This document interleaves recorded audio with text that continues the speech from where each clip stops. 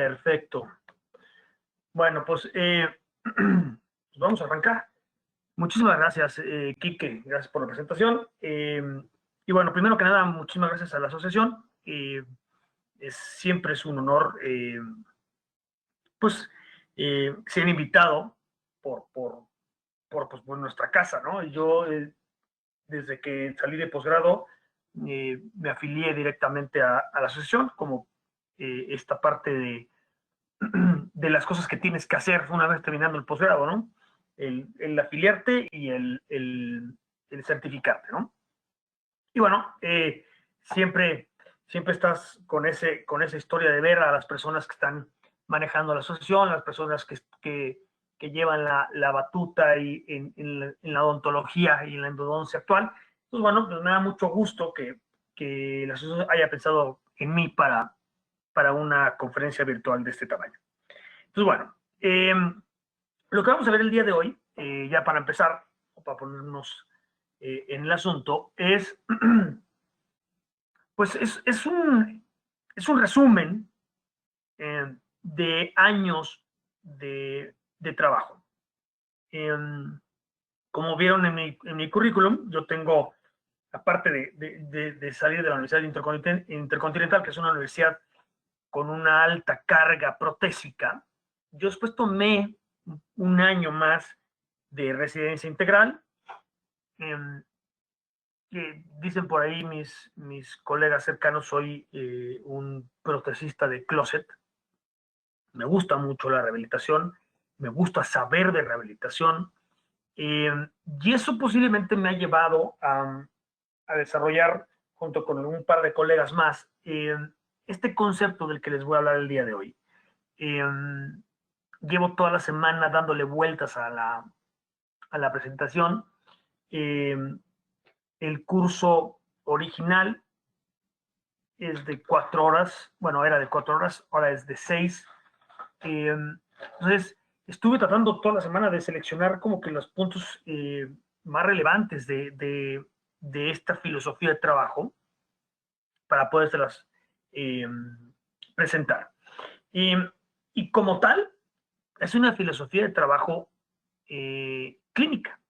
Yo soy clínico. Siempre he pensado que la clínica es el motor que nos hace estar aquí a todos, ¿no? Es el motor de la investigación. Yo no tuve la suerte ni la capacidad como otras personas para poder ser investigador. Soy un ferviente lector y soy una persona que cree que toda la información o todo lo que uno hace en su práctica diaria tendrá que estar basado de cierta forma en evidencia científica. Entonces, lo que vamos a platicar el día de hoy es justamente eso. Y voy por supuesto, enseñar unos cuantos artículos en los que me baso, por supuesto. Sin embargo, lo que más me gusta enseñar, para tratar de interpretar toda la filosofía de trabajo, pues son casos clínicos. Entonces, bueno, pues no sé por qué se me están moviendo aquí las cosas. Listo, ya vi. Estoy moviendo la ventana del GoToWebinar en vez de la ventana de mi presentación. Listo.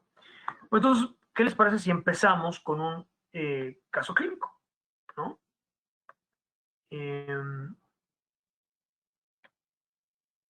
A ver si cambia esto. Ahí está.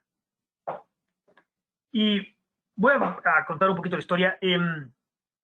Yo generalmente, y es una nueva modalidad que tengo, estoy tratando de grabar las entrevistas que tengo yo con mis pacientes para poder transmitir como que muy claro lo que el paciente nos habla, ¿no? Lo que nos dice. Porque la parte más importante de lo que vamos a hablar el día de hoy es justamente el diagnóstico, ¿no? Por eso se llama diagnóstico dinámico. Cómo integramos el conocimiento que nos otorgan los pacientes y la integración clínica y radiográfica a nuestros diagnósticos y tratamientos finales. En este caso, como ven aquí, no tengo los videos porque tuvimos un problema con el audio, pero bueno, este paciente que está aquí tiene una historia interesante. Tiene una corona de porcelana muy bonita, con buenos contornos, en el 6, y tiene una resina en el 7. Me lo mandan porque este caso, fíjense, tiene una endodoncia con un instrumento separado y una franca imagen radiográfica periapical. ¿Qué es lo que tiene interesante de este caso? ¿Y por qué llegó conmigo directamente? Ya saben, esta es la clásica historia y creo que todo el mundo estaremos en la misma. Si hay dolor, mándaselo al endodoncista. Él sabrá qué hacer. Este caso específico, la historia viene 2 años atrás. Hace 2 años, este paciente me fue referido a mí para hacer un retratamiento. Hace 2 años no pude negociar ya saben que a mí me encanta enseñar mis casos, mis pecaditos. En este caso, no pude negociar el traspaso o la eliminación de este instrumento, pero bueno, en su momento me había sentido bastante satisfecho con el tratamiento final. 2 años después, la paciente refiere molestia. Evidentemente, en cuanto el referidor escuchó molestia, dijo, mándaselo a Juan, algo estará pasando ahí, y así es como llega. Yo, independientemente de las circunstancias en las que se encuentran los pacientes, a mí me gusta siempre platicar con ellos, ¿no? Y en este caso, platicando con la paciente, ya me decía, yo le decía, bueno, entonces, me dijo la doctora que te duele al masticar, al comer. Me dijo, bueno, sí y no. O sea, sí me duele al masticar, pero más bien es que yo como y minutos después me empieza a doler. Entonces ahí ya las antenitas empiezan a vibrar, ¿no? Y yo, vamos a andar un poco más por el tema. Me dice, sí, de hecho, con lo que más me duele es cuando como cosas frías. Y entonces ahí mis sentidos arácnidos y de alerta sonaron por todos lados. De que, a ver, esto, pues evidentemente, puede o no, no creo que sea el tema endodóntico, ¿no? Evidentemente. Entonces, ¿por qué hablo y por qué le dedico tiempo a esto? Porque siempre se lo digo a mis pacientes y lo hablo mucho con mis alumnos, ellos tienen todas las respuestas. No lo sabe. El paciente no lo sabe, pero tiene todas las respuestas. Y muchas veces el paciente hasta le da pena decir, bueno, mira, no sé, creo que te voy a decir una tontada. El que no me digas, no es tontada. Todo lo que me quieras decir, dímelo, porque eso va a integrar mi diagnóstico. En este caso, después de este dato tan relevante, empezamos con las pruebas diagnósticas de sensibilidad. Evidentemente no en el 6, pero sí en el 7, y en el 7 pude reproducir el dolor motivo de la consulta. Y es un término que lo van a escuchar de mí hoy bastantes veces, porque para mí es el elemento angular del diagnóstico, reproducir dolor motivo de la consulta, porque muchas veces pues yo puedo producir dolor, ¿no? Si sondeo le puede doler, si percuto puede doler, hay varios dientes que pueden doler al frío, pero eso no significa que yo pueda encontrar cuál es el diente culpable. Siempre hay que reproducir el dolor motivo de la consulta. Entonces, en este caso, pues había como diagnóstico definitivo, una pulpitis reversible en el 7. Vamos a observar el 7, ¿no? ¿Qué vemos ahí?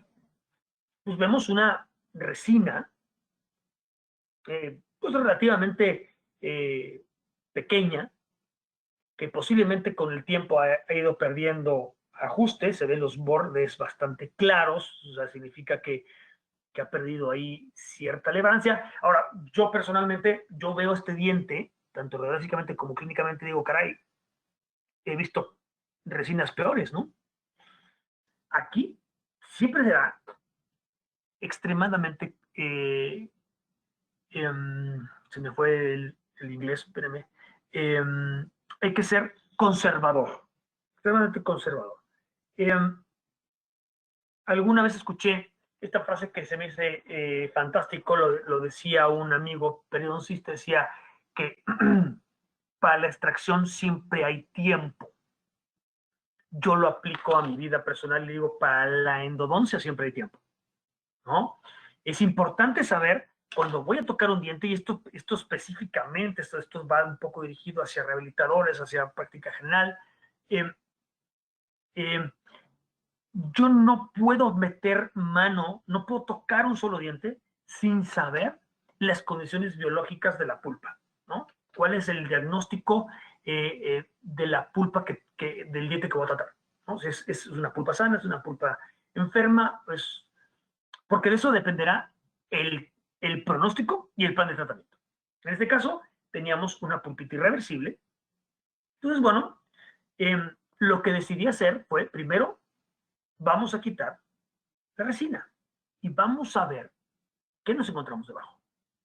Y debajo de la resina encontramos una zona clara de caries, posterior posiblemente a la resina. Podríamos pensar que la línea de fisura puede haber sido la causante de la migración bacteriana en esa zona y por eso se generó este proceso caroso.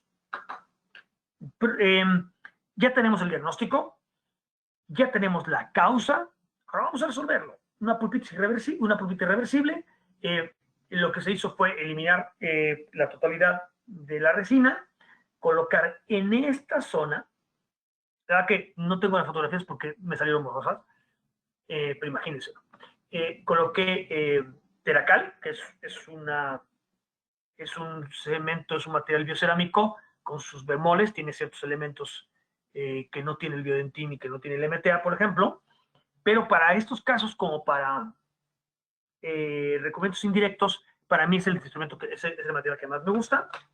Si hubiera sido mi paciente, yo hubiera reconstruido y colocado la resina, pero es un paciente referido, no quise meterme ahí en temas de tratamientos, entonces puse el Teracal, coloqué un poquito de teflón y sobre eso puse IRB. El paciente a la semana les dije, yo necesito saber de ti, me mandó un mensaje, luego, bueno, doctor, ya no me duele absolutamente nada este diente. El referidor le puso una resina, esto ya pasó hace un par de meses, pero pues, ya saben que los pacientes, por lo menos en mi caso, es bien difícil que regresen cuando ya no les molesta. Igual seguramente va a tener que regresar porque no podemos perder de vista que el diente tenía esa lesión periapical en el 6, pero pues que por el momento no está molestando, ¿no? Entonces, en algún momento seguramente terminará de ver el caso. Entonces, el diagnóstico es fundamental para la toma de decisiones. Y siempre hablamos de diagnóstico. Y para mí, como ya se los comenté hace unos momentos, el diagnóstico va ligado a estos otros dos elementos, al pronóstico y al tratamiento. Yo no puedo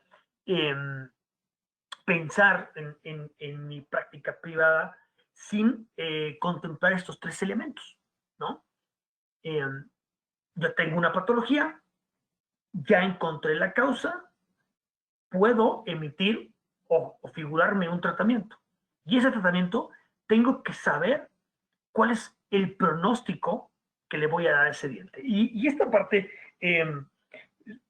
suele ser controversial lo que voy a decir ahora, pero para mí es fundamental entender cuáles son las prioridades, cuál es el escalafón de diagnóstico, pronóstico y plan de tratamiento. Alguna vez en alguna conferencia en vivo, ¿no? Si estuviéramos en vivo lo podría hacer y me encantaría escuchar su opinión, hablábamos de decir, bueno, ¿cuál es el fin de hacer un tratamiento con otros? ¿No? Y cuando hablamos de esto, hablamos de, bueno, pues mejorar las condiciones de salud pulpar, en su efecto salud periodontal, conservar la estructura, conservar el diente. Y ahí empezamos si empezamos a desmembrar un poco la necesidad endodóntica, decía yo, y se lo he dicho muchas veces a mis alumnos, el fin último de la endodoncia es restaurativo. No vamos a hacerle una endodoncia a un diente que no va a ser restaurable. No sé si me siguen. Muchas veces sucede, ¿no? Ahora va cambiando un poco más la visión, la cosmovisión de tratamientos dentales, pero ¿cuántas veces no sabíamos que teníamos un problema de pulpitis reversible en un tercer molar y el rehabilitador ni siquiera nos los mandaba? Decía, no, porque ese diente no lo voy a rehabilitar, no está dentro de mis conceptos, este paciente va para afuera. Entonces, eso me estoy yendo al lado pragmático, pero es importante que entendamos y finquemos esta prioridad, es decir, yo no le voy a hacer una endodoncia a un diente que no va a estar y no va a entrar en función y no va a ser parte de un bien común oclusal y funcional. Y para eso requerimos que el diente sea restaurado. Entonces, parte del diagnóstico dinámico viene fincado en ese fin último. Yo no puedo hacer endodoncias en dientes que no estoy seguro que puedan ser restaurados. Y fíjense, y esto viene de los endodoncistas y va para los rehabilitadores. Siempre he creído que la máxima especialización genera grandes lagunas. Este artículo es un artículo del Journal of Endodontics. Dice, el 3 a un 25% de los dientes que se les colocó coronas pueden generar necrosis en un periodo de 18 a 25 años, ¿no? Es un buen número, puede ser. ¿Significa esto que los dientes con coronas, o sea, el hecho de poner coronas genere la siguiente patología para que podamos perder vitalidad pulpar? Eso es una premisa interesante. Pero esto sí nos atañe más. Del 20 al 50% de los dientes tratados por endodoncistas son realizadas a través de coronas completas. Vuelvo a esta pregunta. ¿Será que el tratamiento protésico degenera las pulpas? Sí hay un componente, pero no es tan determinante. Ahora vámonos a otro lado. En este artículo, este es mucho más nuevo, este es de 2000, me parece que es 2018, no sé por qué no puse aquí la fecha. En este artículo hicieron un seguimiento de muchísimos dientes. Estamos hablando, me parece que la muestra era en 2.500 dientes. No es relevante para lo que voy a decir ahora mismo los resultados de este artículo, porque pues decía, bueno, que justamente en preparación de coronas, el índice de consecuencias pulpares por preparar una corona es muy bajo. Estamos hablando de 10, 15%. Lo que es importante para mí que generar este conocimiento es lo que sigue. Ellos en el artículo, en sus conclusiones, decían que, bueno, de los dientes que se fueron a endodoncia después de preparar una corona, las causas a los que ellos atribuían estos fracasos o esta complicación era, bueno, pues a la cantidad de dentina eliminada, cortada, a todos los procesos mecánicos, como es el calor, la desecación, la fricción por la fresa, y a los químicos de la cementación. Y hablar que de los números de los dientes que se fueron endodoncia después de una corona, fíjense, a las 24 horas y a la semana, ¿no? Fueron los más altos. Hasta aquí, debatible puede ser, sí. Sin embargo, y aquí es donde viene la parte interesante, en ningún momento del artículo hablan de las condiciones pulpares previas. ¿Cómo llegaron esos dientes a manos del rehabilitador para hacer la preparación de las coronas? Y fíjense este resultado, digo, son muy pocos dientes, pero la preparación de una corona generó una necrosis pulpar en una semana. Yo creo que no. Entonces, esta estadística le falta ese elemento. le falta ese elemento de diagnóstico pulpar. Y seguramente no estoy diciendo nada con lo que no hayamos vivido algunos de nosotros, ¿no? Estos casos son dos casos como que muy evidentes, que los tengo muy, muy marcados. En ambos casos, la restauración llevaba días, ¿no? Tanto el puente llevaba días de ser cementado y el molar traía una resina recién cementada. Y el referido me dice, oye, fíjate que le puse pues la corona, cementé el puente y empezó a molestar. Caray, en una semana no se hacen este tipo de imágenes radiográficas. ¿Qué está pasando? Que hay una disociación profesional entre las diferentes áreas, ¿no? Entonces, el primer punto importante de este diagnóstico dinámico es siempre considerar en qué condiciones se encuentran los dientes que vamos a tratar. En qué condiciones pulpares, periodontales y protésicas. Y voy a hacer como que una ejemplificación, ¿no? de las diferentes posturas, ¿no? El prostodoncista, evidentemente, va a calificar y va a hacer su diagnóstico protésico oclusal, funcional, y dentro de esto considera el soporte periodontal. Claro, a él no le gusta que los dientes se muevan, no le gusta que los dientes no tengan hueso. ¿Por qué? Porque eso compromete directamente su rehabilitación. ¿Ok? El periodoncista, ahorita vamos a hablar un poco más adelante de esto, sí tiene un mayor cuidado en las consideraciones tanto protésicas como pulpares, porque los periodoncistas tienen que lidiar con ambos. Y al final estamos los endodoncistas que no consideramos generalmente nada, ¿no?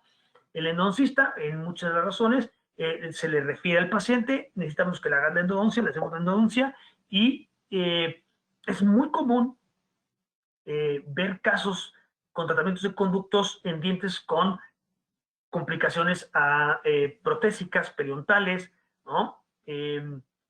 Hacer una pisectomía en un diente con una raíz, una percusión con una raíz no adecuada, ¿no? Y esto lo estoy haciendo un poco más en broma, pero generalmente el endodoncista lo que considera es si es tratable o no es tratable el diente. Entonces, vamos a empezar por acá. Vamos a tratar de dar un repaso genérico de las consideraciones diagnósticas integrales de cada una de las especialidades. Antes un caso. Este caso seguramente alguna vez lo he enseñado bastante porque es un caso que me divierte en cantidad. Es el caso que yo le llamo el caso Chocoflan, ¿no? Tiene una amalgama y tiene una resina. ¿En qué condiciones o por qué llegó este paciente a tener una restauración híbrida de esta forma, cuando sabemos que aparte son cero compatibles entre ambas? Bueno, podríamos pensar que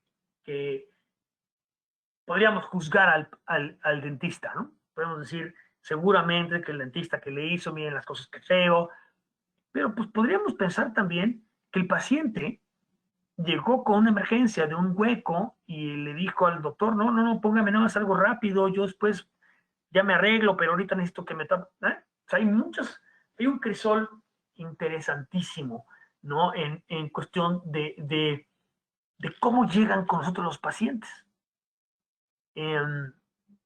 Es bien común el paciente que viene buscando culpables, ¿no?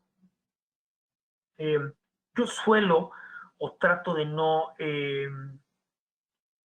tirar piedras porque pues no me genera ningún beneficio el hablar mal de tratamiento.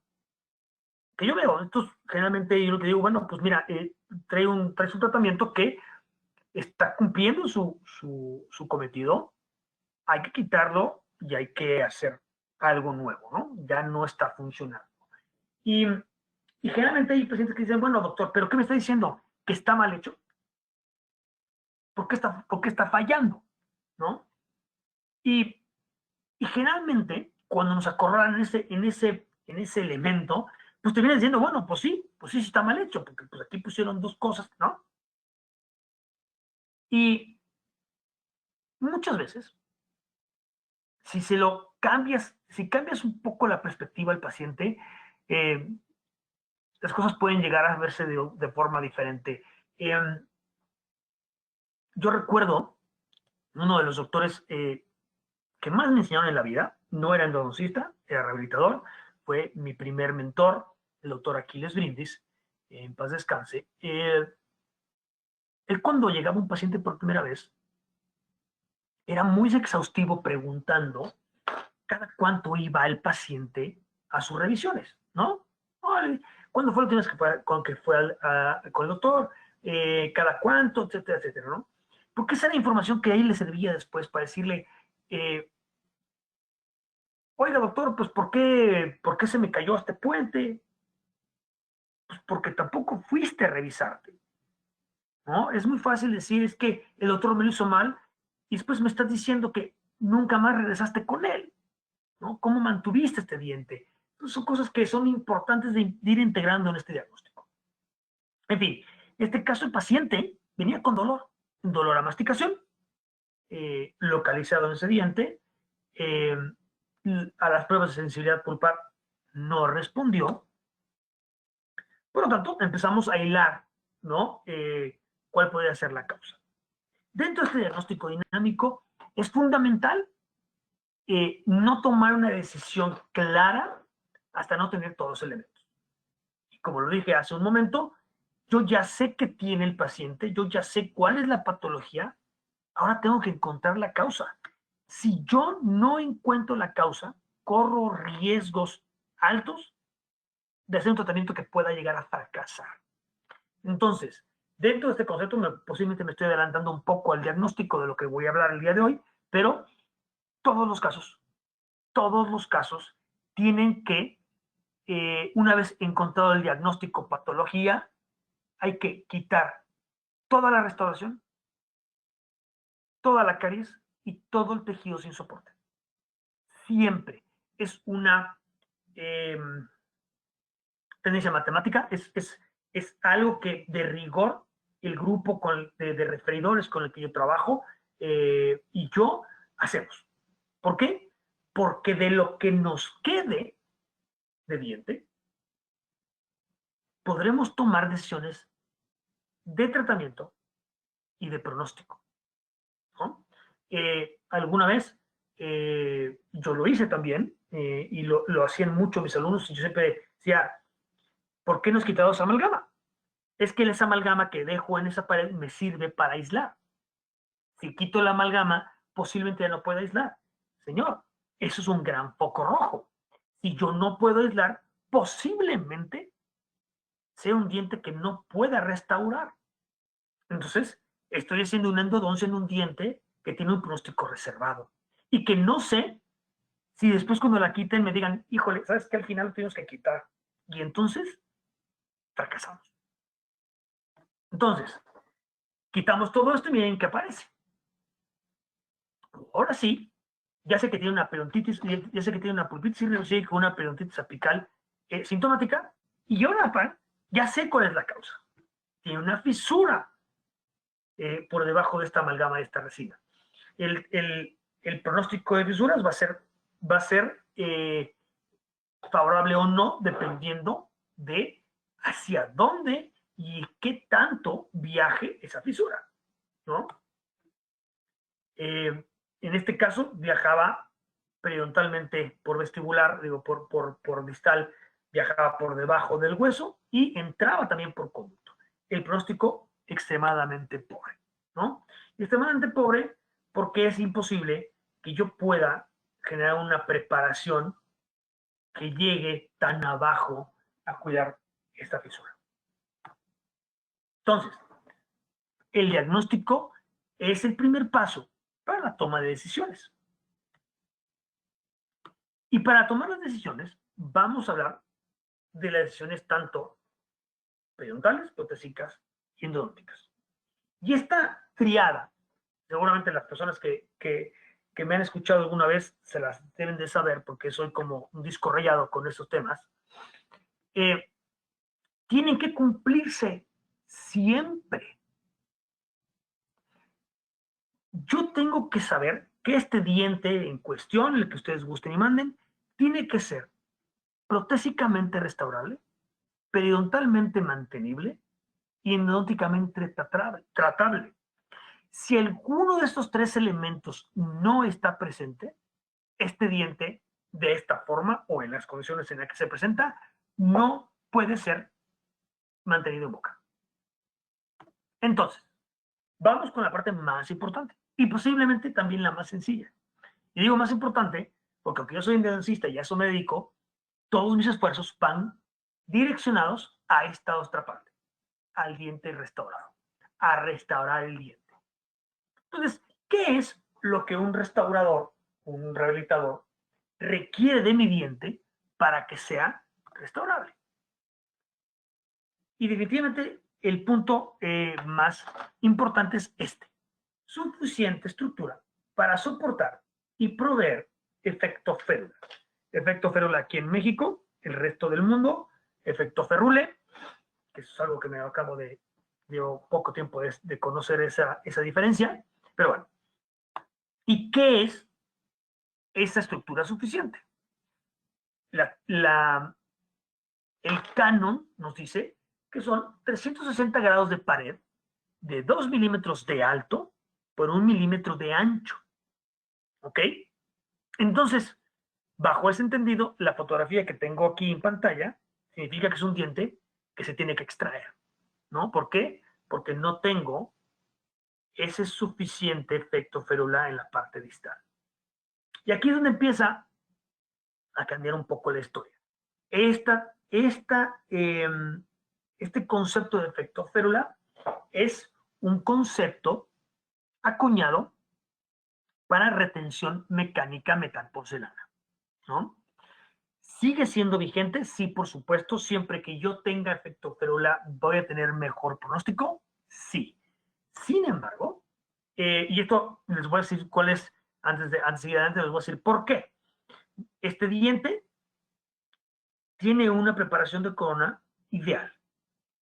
¿Qué significa?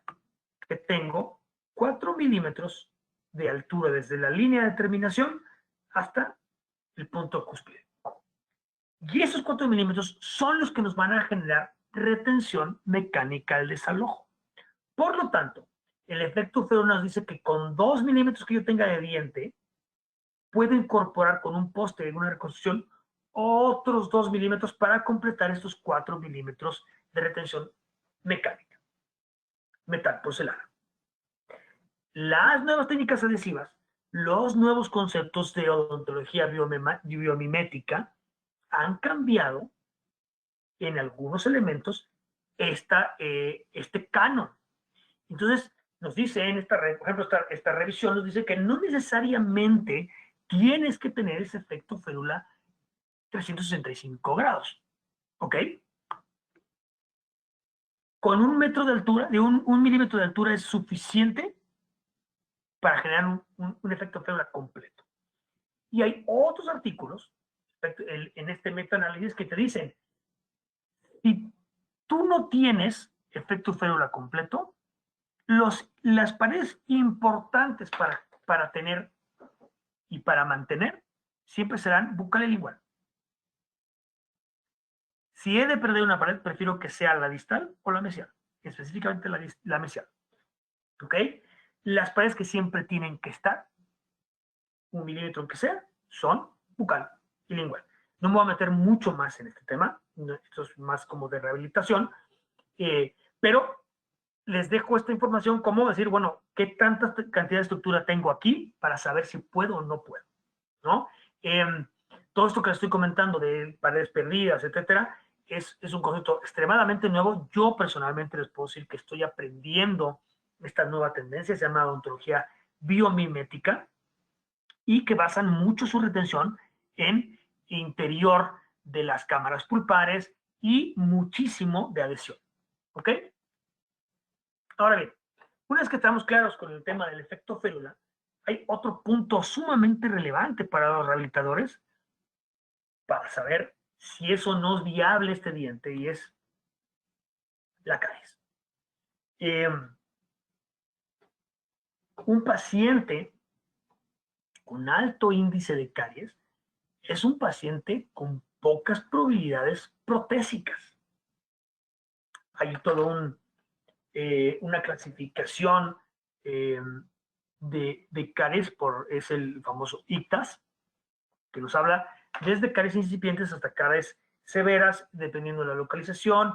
Y generalmente, cuando vamos a hacer un tratamiento de conductos en un paciente que llega con nosotros de emergencia, es importante, ¿no? Es el paciente, oye, este diente viene con mucha caries. ¿Cómo está el resto de la boca? ¿Cuál es la tendencia de este paciente? ¿Es un paciente cochinón o es un caso aislado? ¿No? Porque es muy común, ¿no?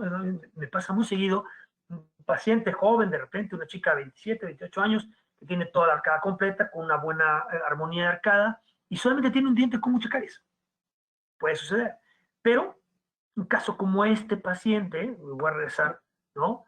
Que 6 meses después de que yo le hice la endodoncia, regresó otra vez con dolor, y nos aparece esto, es un paciente que tiene un descontrol total de su cavidad. Entonces, estos pacientes hay que saber identificarlos para saber si son candidatos o no, tanto a la endodoncia y por lo tanto a la rehabilitación. ¿Ok? La caries, fíjense este caso, casi que se lo voy a agradecer. Me llega este caso con un poste atornillado, un léntulo ahí a la buena de Dios. El paciente canalicé, drenó y desapareció y regresó meses después en estas condiciones. Bueno, por supuesto, así era más fácil poder sacar el léntulo, seguro. La caries es la causa número 1 de pérdida dentaria, con el 61.4% de casuística. Es la enfermedad más grave, es el problema más grave que tenemos para controlar, ¿no? Y esto es algo que en las academias americana y europea de operatoria y rehabilitación están siendo muy enfáticos, ¿no? Necesitamos controlar, no parchar, ¿no? Ellos están cambiando sus conceptos de manejo de caries, en específico manejo de caries profunda. Les dicen, es importante reparar antes de restaurar, controlar antes antes de entrar a trabajar, ¿no? Si yo tengo un paciente que tiene un alto índice de caries, yo no puedo simplemente estar colocando resinas. Aquí te cariaste, aquí te pongo una resina. Ahora vengo, aquí la otra. Porque entonces vamos a terminar haciendo algo que va a colapsar con el tiempo, ¿no? Entonces, estos son, bueno, pues yo soy endodoncista. Bueno, pues es que tú tienes que tener esa visión periférica del paciente que estás viendo, ¿no? Y si tu referidor no lo ve, pues hacer esa pequeña acotación con él. Decirle, oye, este cuate trae mucha caries. Su índice COP de dientes con caries, restauraciones y perdidos es alta. Entonces, ¿cómo vamos a controlar esto? Pues yo le hago la endodoncia, pero pues ya vieron este caso, ¿no? ¿Cuál es el pronóstico final? Si este paciente lo dejamos a libre albedrío, pues posiblemente va a estar siguiendo una línea de destrucción en toda su boca. Y finalmente, el rehabilitador dice, es importante para él cómo va a rehabilitar y cuál es la relevancia protésica del diente a tratar, ¿no? Y aquí genera una controversia muy interesante. Los dientes únicos, ¿no? que no van a ser soporte de una rehabilitación, son dientes con los que nos podríamos dar un poco más de licencia y de lujos a arriesgarnos en su plan de tratamiento y su pronóstico. A diferencia de dientes que tienen relevancia protésica. Por ejemplo, último diente en boca para soporte puente, ¿no? Ese diente, y aquí es donde viene la controversia, va cargado en la rehabilitación. Entonces, tiene que ser un diente que pueda ser restaurable, tratable y mantenible con un alto estándar de pronóstico. ¿Qué pasa si ese diente se pierde? Pues entonces eso nos va a generar un problema de diagnóstico de plan de tratamiento tremendo. Entonces muchas veces llegamos a pecar de eso. Es decir, con tal de salvar ese diente, tomamos licencias que no deberíamos de tomarlas porque es parte de un soporte. Hay un artículo, y no creo que no lo tengo aquí en esta presentación, que justamente habla de éxito y fracaso de rehabilitaciones sobre endodoncias, y nos dice que hay una estadística en la que los dientes tratados en los dientes posteriores con endodoncia son los peores pilares de rehabilitación. ¿No? Un diente con endodoncia tiene mejor pronóstico si es un pilar anterior a que es un pilar posterior. Así de pragmático puede llegar a ser esta toma de decisiones, ¿no? Pues creo que es este artículo, justamente, este artículo de los factores de riesgo y de supervivencia, ¿no? De dientes con restauración.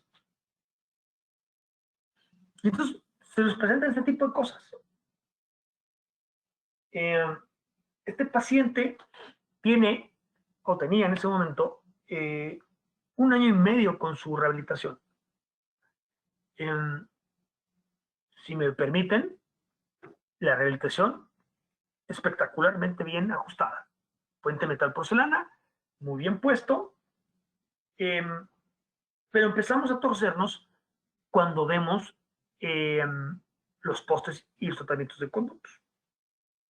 El rehabilitador me dice, yo vi buena estructura, vi que los postes no se veían, digo, esto es lo que dice el rehabilitador, ¿no? Que no se veían clínicamente desajustados, preparé y coloqué el puente. Y meses después, el 6, que está ahí, pues que se ve con una zona reducida franca, que no creo que haya aparecido de pronto, yo creo que ya estaba ahí, empieza a dar problemas. Y ahora, hola endodoncista, resuélveme el problema. No me quites el puente, no me quites los postes.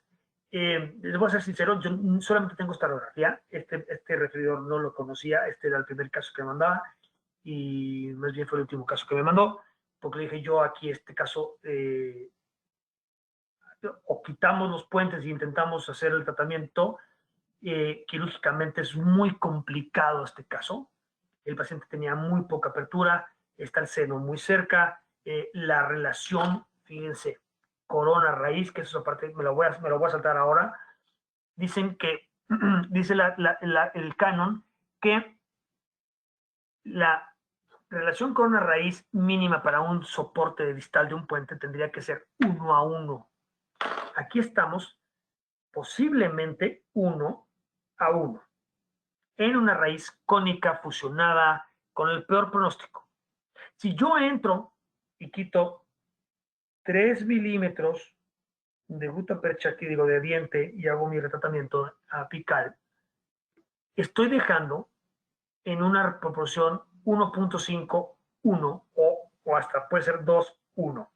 Entonces, estoy condenando a este diente al fracaso.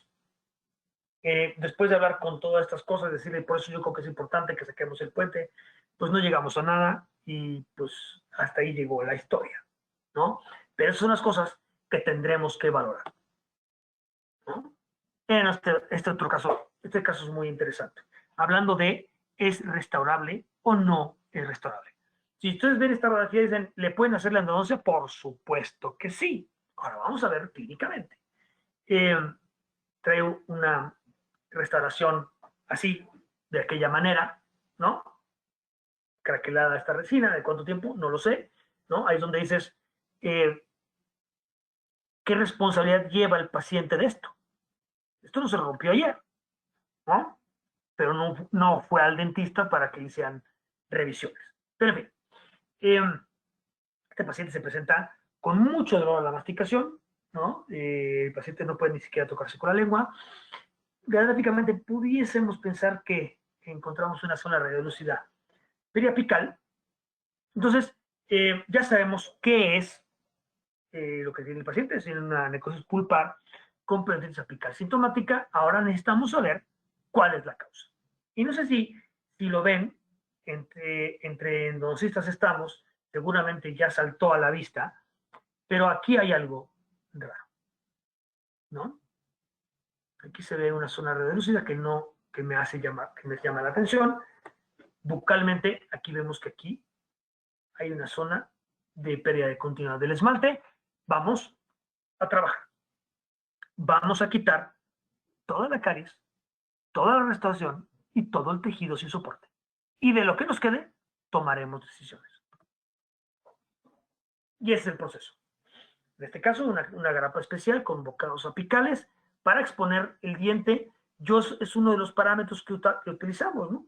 Si el diente puede ser aislado, factiblemente puede ser restaurado. Entonces, quitamos todo, tanto oclusalmente, toda la resina. Aquí está esto es un teflón para obliterar el conducto. En la cámara pulpar comunicamos cámara, entonces oblitero la cámara con el teflón para proceder a reconstruir, ¿no? Porque, y ahorita vamos a hablar un poco más de adhesión y vamos a hablar un poquito más de las condiciones de la restauración o reconstrucción preendodóntica, que cada vez más está tomando auge y tiene una razón firme de por qué, que ya llegaremos a ese momento. Pero en este caso, también por practicidad, pues me costó trabajo, evidentemente, aislar.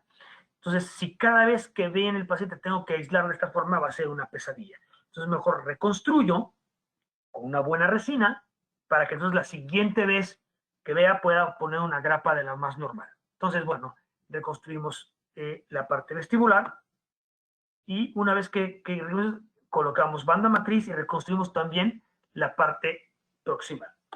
Una vez que está reconstruido, podemos empezar el tratamiento endodóntico. Obturamos y así se va el paciente con el referido. Yo no hago más que esto, hasta ahí llego con esto. El referido tomará la decisión si hace líneas de terminaciones profundas o hace elevación de margen gingival para poder conservar estructura. Es decisión cada quien, ¿no? 2 años después, bueno, así queda.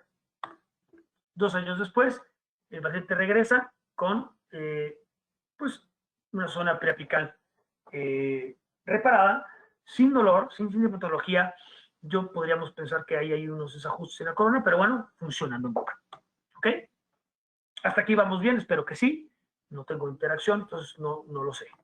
Vamos a hablar de la parte periodontal, ¿no? Ya hablamos qué es más o menos lo que requeriríamos tener para tener un diente restaurable. Ahora vamos a ver de los dientes mantenibles. Y ¿se acuerdan que se los comenté en un momento de la plática? Les decía yo que los periodoncistas de oficio tienen como esta capacidad de hacer esto que le digo yo, este diagnóstico dinámico. Ellos integran todos los elementos protésicos endodónticos para poder generar un diagnóstico y plan de tratamiento.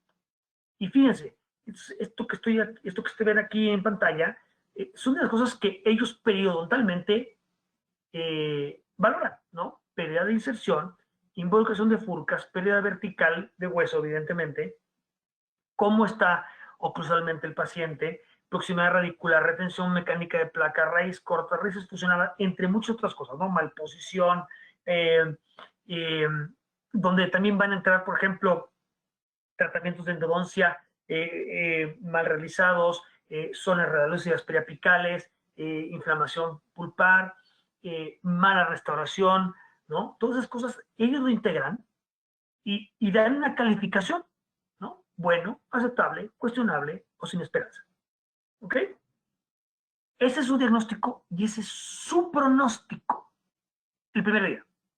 Entonces, una vez teniendo el diagnóstico y pronóstico, establecen un plan de tratamiento. Por lo tanto, dicen, bueno, pues vamos a hacer raspados selectivos en tal zona, una fase 1 periodontal, donde después vamos a reevaluar para ver si hacemos o no seguimos con la fase 2. Y entonces, esta parte que les estoy diciendo se llama priori. Sobre estos hallazgos y esta combinación de factores, determinan a priori cuál es la posibilidad de éxito de este caso, ¿no? De estos dientes. Y después, una vez que hacen todo el tratamiento, reevalúan a posteriori, ¿no? Si fueron congruentes con su selección de casos, posiblemente se va a mantener o van a llegar a una buena, a un buen empate entre priori y posteriori. ¿Ok? ¿De qué va a depender en este caso? Muchísimo, muchísimo del paciente. Suerte de nosotros endodoncistas que no dependemos del paciente, porque de verdad ellos la sufren. La periodoncista con la que trabajo yo, con la que hacemos referencia unos a otros, la doctora Carla Miravete, ella es periodoncista de oficio. Me refiero de oficio porque suele no sacar dientes. Generalmente es de las periodistas que les gusta mantener lo mantenible, ¿no? Sin ser heroicos.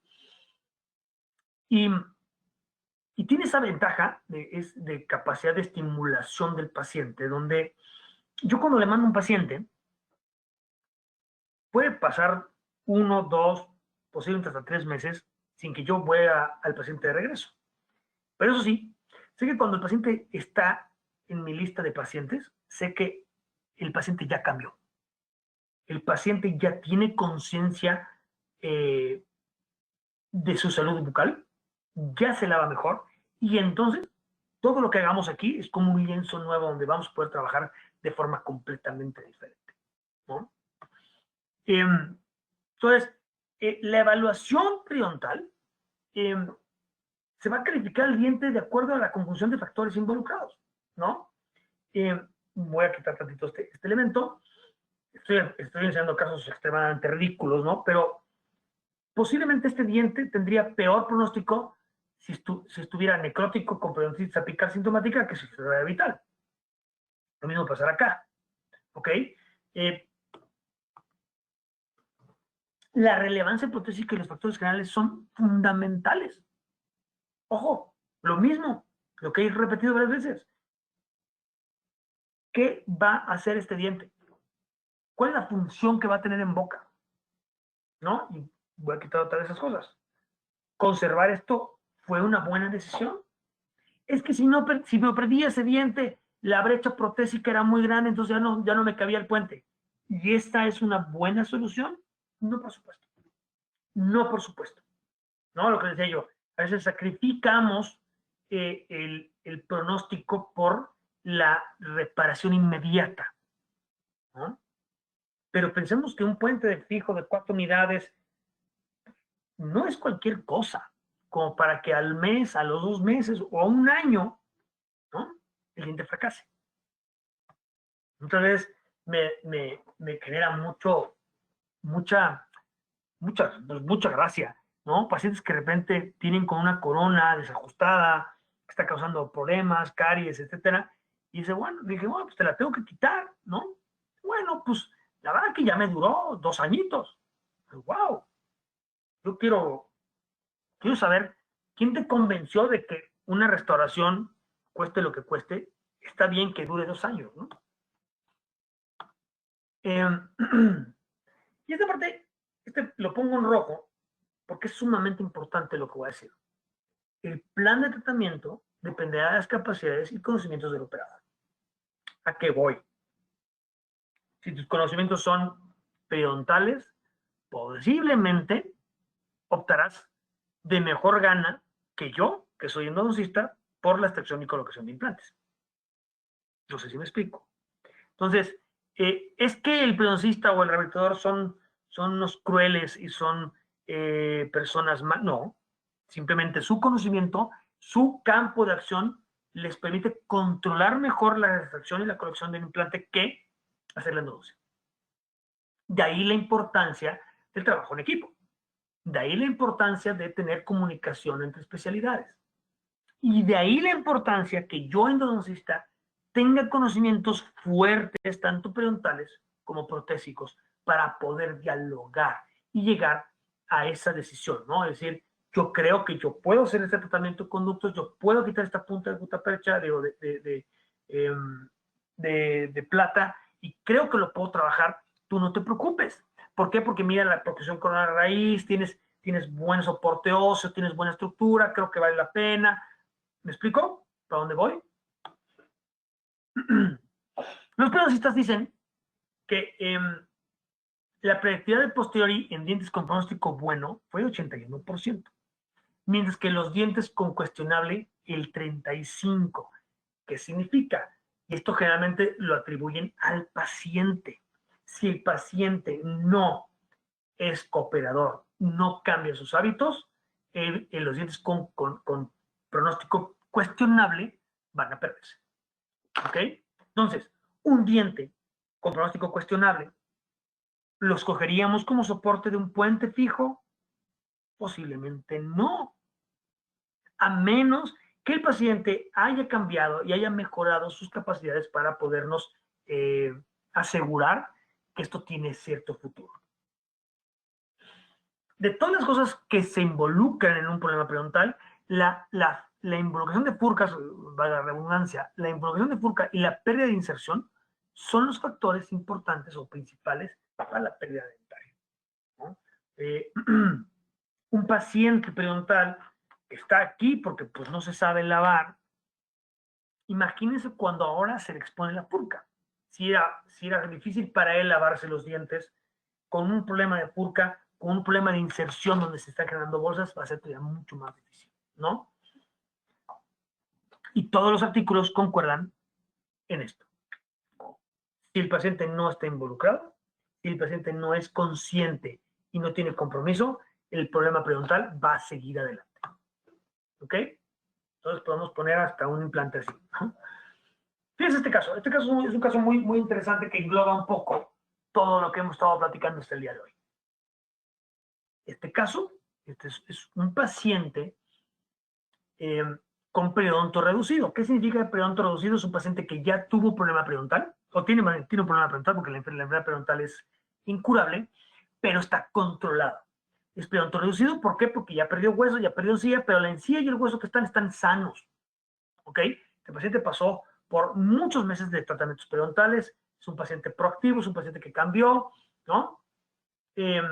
Una vez que controlaron todo este proceso periodontal, tenía bastante ausencias dentales, entonces se decidió hacer, el rehabilitador decidió hacer lo que le llamamos, o se le llama, una prótesis periodontal, que es una prótesis que tienes, por ejemplo, 6 dientes, ¿no? Los 6 tienen periodonto reducido, los 6 dientes tienen cierta movilidad, ponen una herradura que feruliza esos dientes y les da buen soporte y buen trabajo oclusal.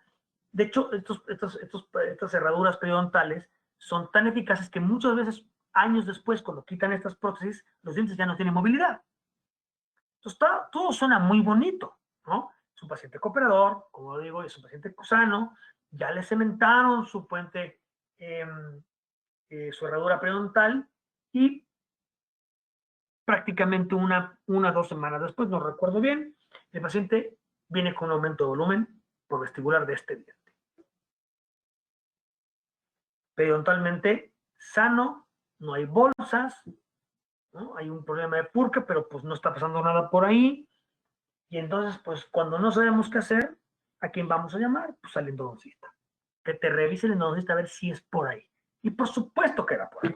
Este diente tenía una necrosis pulpar. ¿Ok?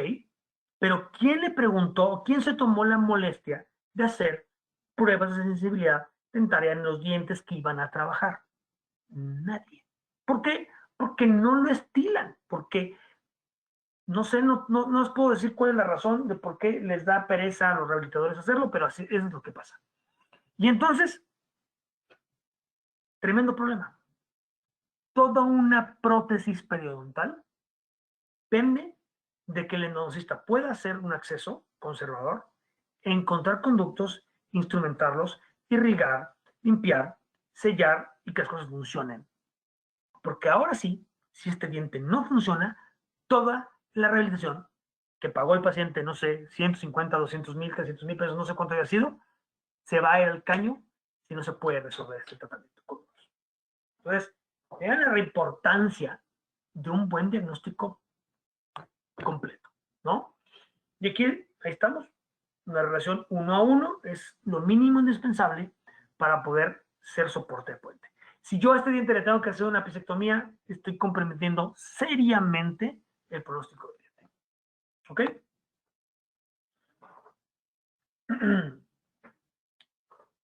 Ahora vamos a hablar de los endodoncistas, ¿no? Yo lo veo a leguas, ¿no? No solamente veo una pérdida de hueso seria, sino que hay inflamación de furca, pero no solamente eso. Hay claros vestigios de cálculo periodontal.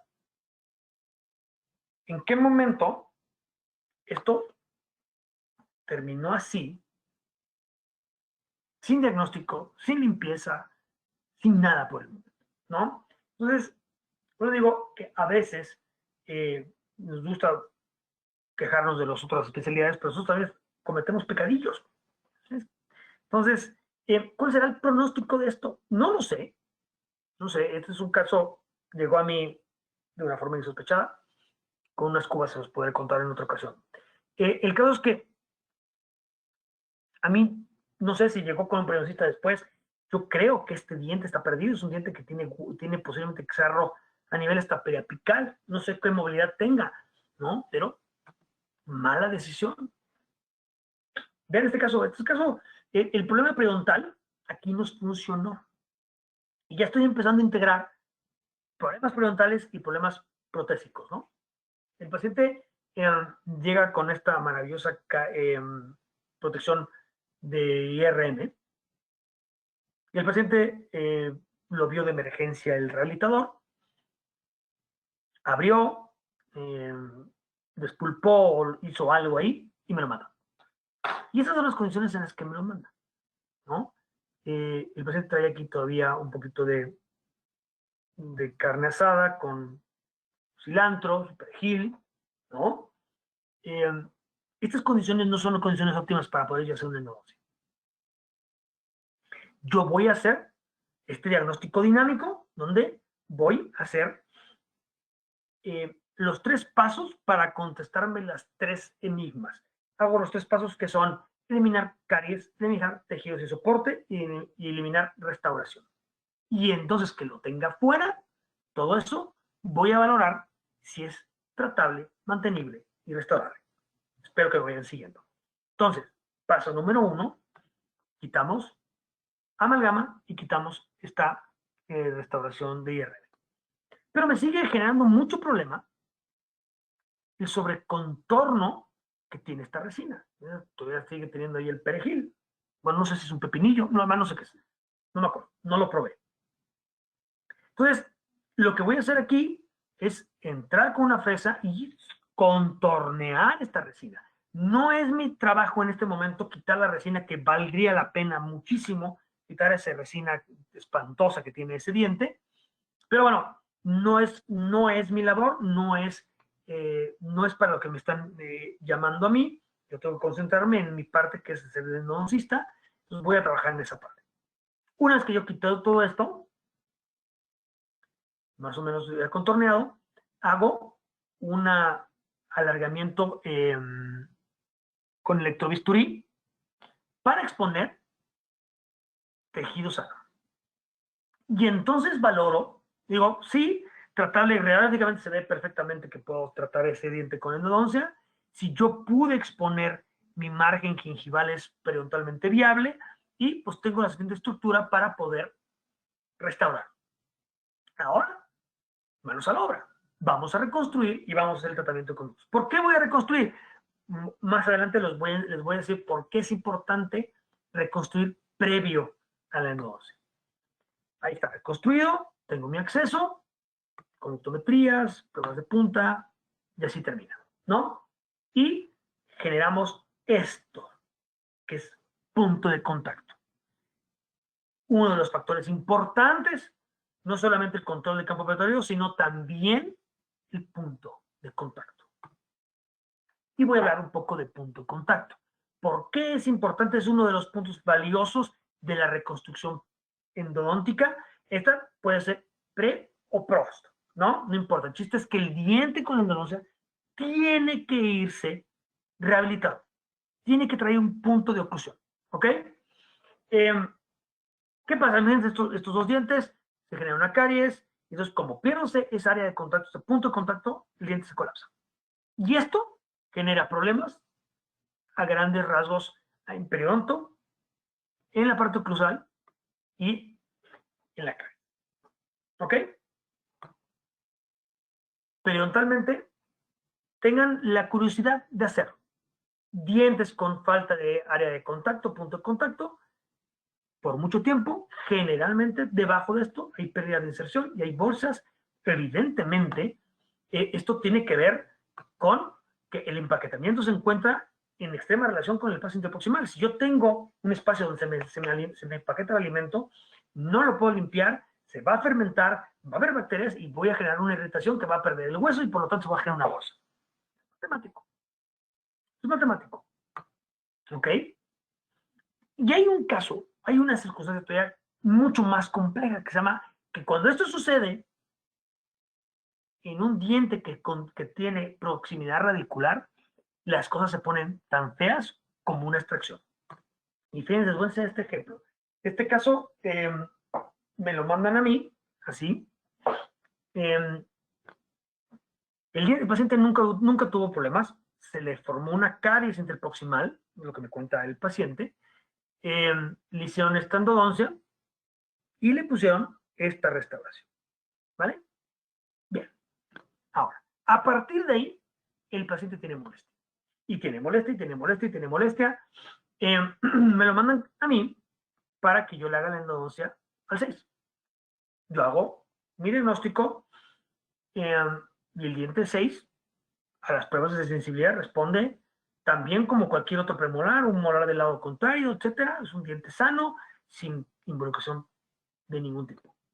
Entonces, pues yo digo, no es por aquí.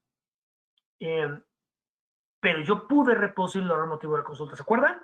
Reproducir dolor motivo de la consulta. Y la única forma en la que yo pude reproducir el dolor motivo de la consulta fue sondeando.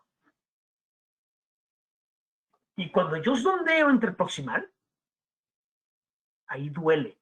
Y ahí me dice, ese es mi dolor. El caso es que no me hicieron caso. El paciente se fue y regresó unos 3, 4 meses después conmigo, ya por su propia cuenta. Me dijo, pues fui, me hicieron esta endodoncia, ¿y qué crees? La molestia sigue igual. Lo senté, metí la sonda y volví a reproducir el dolor motivo de la consulta en el mismo lugar. ¿No? Y aquí empezamos a ver un problema. Le mandamos una tomografía y vean esta brecha. Todo por un área de contacto que no fue bien cuidada. Entonces, el problema que pasa aquí es que es tan estrecho el espacio que si se pierde el hueso, ya no se vuelve a recuperar. Entonces, se queda para siempre esta zona de pérdida de inserción y por lo tanto va a ser una bolsa para toda la vida. El paciente tomó la decisión de sacarse el 7 y con eso resolvió el problema. ¿Ok? Entonces, áreas de contacto abiertas, problema periodontal.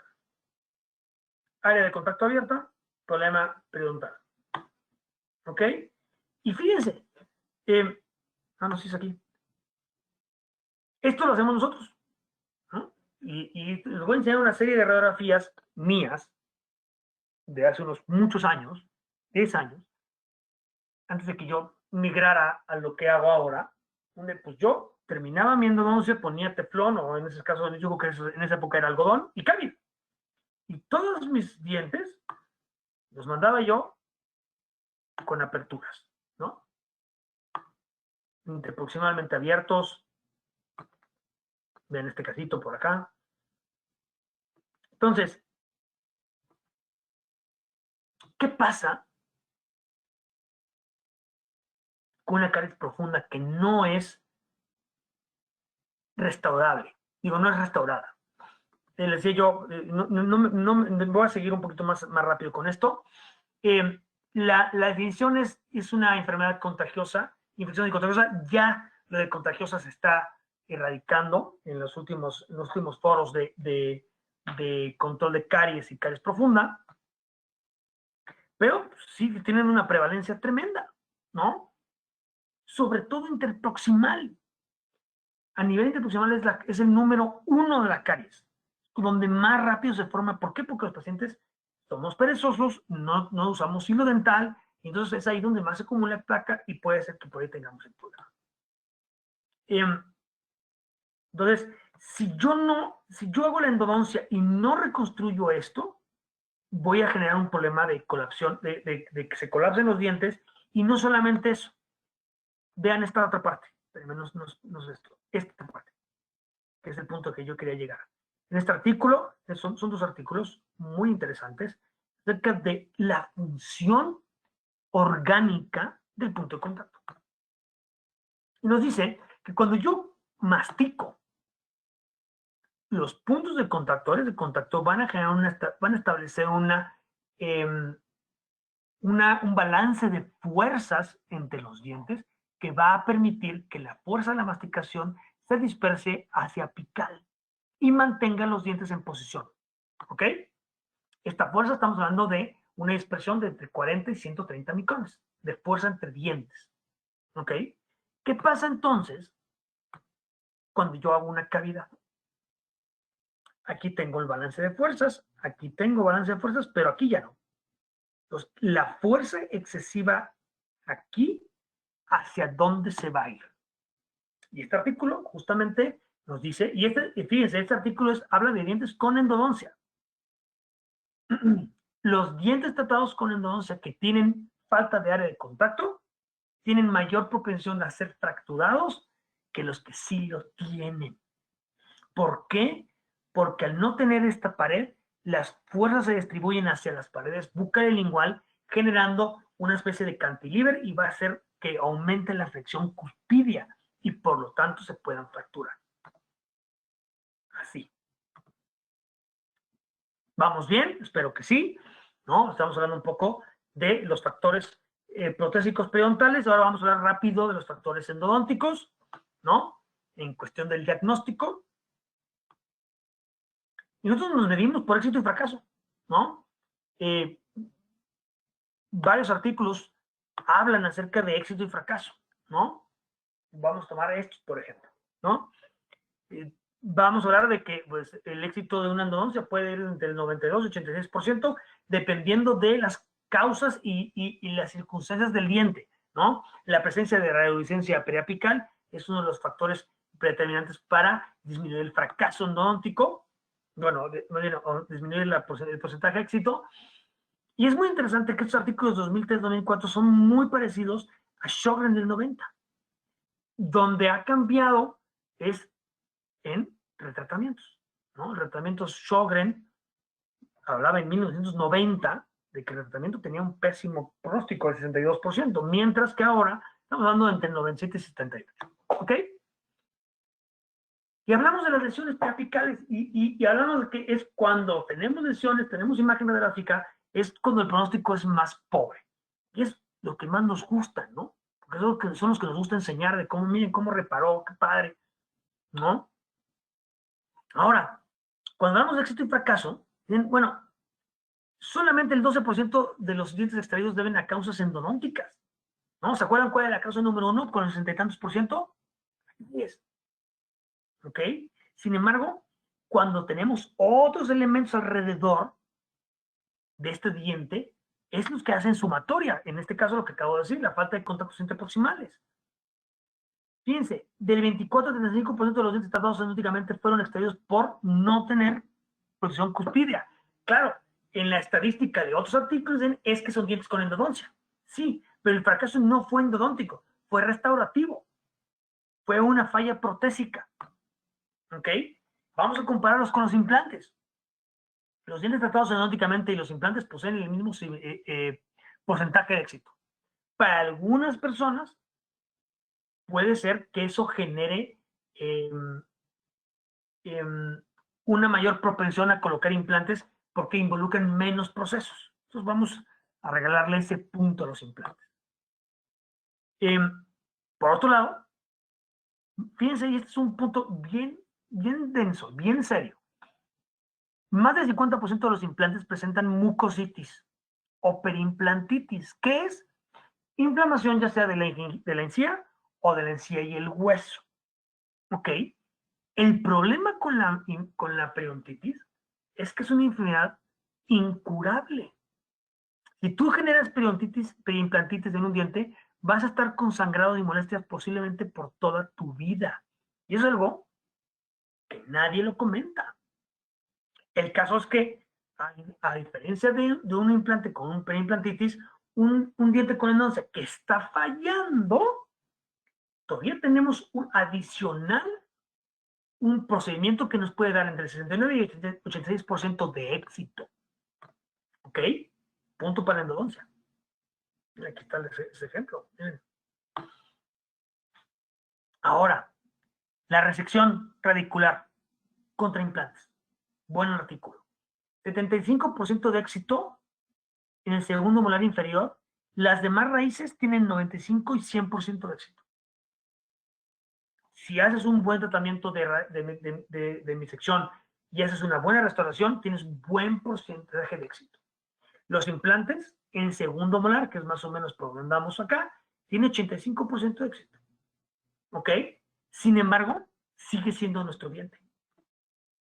¿Ves? Ya estamos mutilando diente, pero todavía lo estaremos conservando. Vean, en este caso, tengo dos casos míos, ¿no? En este caso, una buena restauración, un buen soporte de un puente, y este diente es un diente que lleva ya el día de hoy 8 años en boca. Ahora, vean, este caso ya es mucho más complejo. Ya viene seccionado, el paciente tenía problemas económicos, etcétera, se decide hacer la endodoncia al segmento mesial, tal cual como dice aquí. Ok, extraer la raíz distal, colocar corona y vean la reparación. 2 años después.